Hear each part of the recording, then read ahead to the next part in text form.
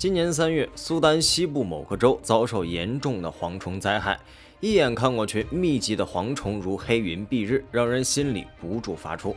面对这些可憎的蝗虫，难道我们人类束手无策了吗？人类可能是没有办法，但是人类会搬救兵啊！这里是万物灵，欢迎关注熊探长，带你探索有灵万物。在很多人眼中，蝗虫和蚂蚱是同一种昆虫。但其实并不是这样的。从严格意义上来说，蝗虫其实是一个非常广的定义，而蚂蚱属于它其中的一个分支。那些糟蹋农作物、让人恨得牙齿痒痒的是飞蝗，它们也正是蝗灾中的主角。这些飞蝗很容易在干燥之时泛滥成灾，这是因为这些蝗虫特别喜欢在土壤湿度为25%以上的地方产卵。在温度和湿度都相对较高的情况下，也会增加它们的孵化率。而在比较干旱的时节，大量的河水被蒸发，河床裸露出来。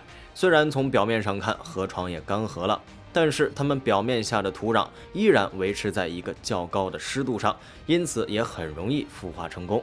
所以每次一到干旱的时节，就是大量飞蝗出动之时，中国也就有旱极而蝗的说法。他们为了填饱肚子、顺利繁殖，便聚集在一起，开始寻找食物。这也就是我们所害怕的蝗灾的形成过程。更惨的是，蝗虫的食量非常大，1平方公里的蝗虫一天可以吃掉3.5万人的饭量，飞到哪里就会导致当地大片庄稼减产。更不要说它们的繁殖能力极强，即使在此前，一只雌性蝗虫每次也能产卵60到80个，掩盖在土中，难以被发现和清除。而且这些蝗虫的生长速度也十分迅速，从孵化到成虫只需要短短的20多天。一旦某一个地方出现了蝗虫，就意味着下一次蝗灾很快就会在同一地方发生。我们难道就无计可施吗？实际上，我们有不少方法来解决这个问题。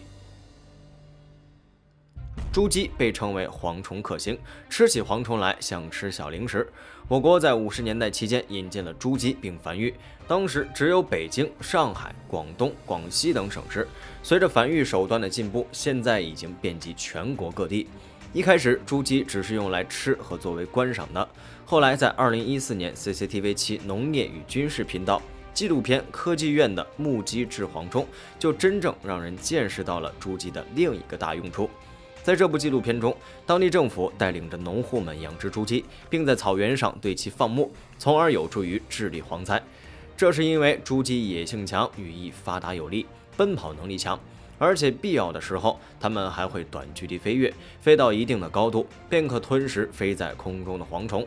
而且一只真猪鸡每天就能消灭100多只蝗虫，对于消灭蝗虫有很好的作用。在新疆，当地特意养了70万只猪鸡，并且将它们用于训练。后来，只要有人吹一下口哨，真猪鸡就会跟过去，找到蝗虫后便开始大吃特吃了。但是猪鸡也不是顶级猎手，它们比较被动，需要有人带领。如果没人带领，它们自己是不会主动去找蝗虫的。因此，这个方法也不算是长久之计。没关系，道高一尺，魔高一丈，我们还有更多的武器。除了训练猪鸡以外，新疆一些地方还造了人工鸟巢，为的是吸引粉红椋鸟。别看这种鸟体型小小的，体重只有65到80克，但人家可是铁胃王。粉红椋鸟正如它的名字一样，它浑身上下的羽毛是以黑色和粉红色相间的，在它们的背部及腹部都是粉红色的，喙部也是粉红色的，相当卡哇伊。而且雄雌两种鸟也很好分辨，雌性的鸟儿头部光滑平整，而雄性的鸟儿则显得更加狂放不羁，有着一头朋克式样的大背头，很是神气。除了外表以外，粉红椋鸟的特色在于它们进食时发出的声音，据说它们会发出类似卷舌音的 tick 声，很是好玩。另外，粉红椋鸟也是一种迁徙类动物。粉红椋鸟主要分布在欧洲东部至亚洲中部及西部，冷冬迁往印度等南亚温暖地带，最远至泰国。从5月开始，陆续有粉红椋鸟迁徙到新疆西部，并在这里捕食繁殖。它们捕食蝗虫很聪明，因为蝗虫善于伪装，特别是它们的颜色和干旱的荒地融为了一体，大大增加了捕猎的难度。粉红椋鸟为了吃到蝗虫，发明了一种地毯式的搜索方式。它们需要贴着地面飞行，用尖尖的鸟喙啄着地面，不肯放过一丝蛛丝马迹，不断搜索。哪怕蝗虫藏着再好、再狡猾，最终还是会被它们揪出来，成为它们的盘中餐。除了有像警察一样的智慧，粉红椋鸟还懂得与其他生物合作共赢。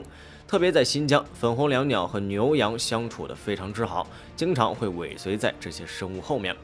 当牛羊踩过草丛，惊起一大波蝗虫后，粉红椋鸟就会迅雷不及掩耳之势，马上冲上前把蝗虫吞进肚子里。这样一来，既可以填饱自己的肚子，又能解决蝗虫的难题，还这些牛羊更多的草地，可谓是一箭双雕啊！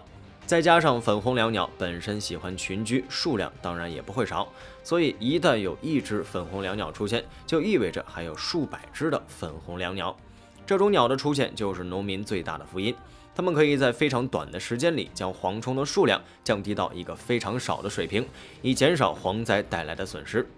所以新疆当地就千方百计想吸引这种鸟前来，并且能够待得久一点。新疆伊宁县相关人员经过长期观察，发现这些鸟儿爱在石头上修建鸟巢，于是就专门修建了大型石堆，并在附近修建饮水槽来吸引它们前来安家。之前也有一些粉红椋鸟在一条正在修建的国道上安家，当地人立马就停下了该修建工程，避免打扰到这种灭蝗专家。可见他们的派头真的是很大了，他们自己也是相当争气。据说一只粉红椋鸟每天能吃120到180只蝗虫，而这些蝗虫的数量有时候甚至超过了它们的体重，可以说得上是个名副其实的铁胃王。如果是雌鸟，那它们摄入的将会更多，因为需要带一些回去给它们刚生出来的小孩食用呢。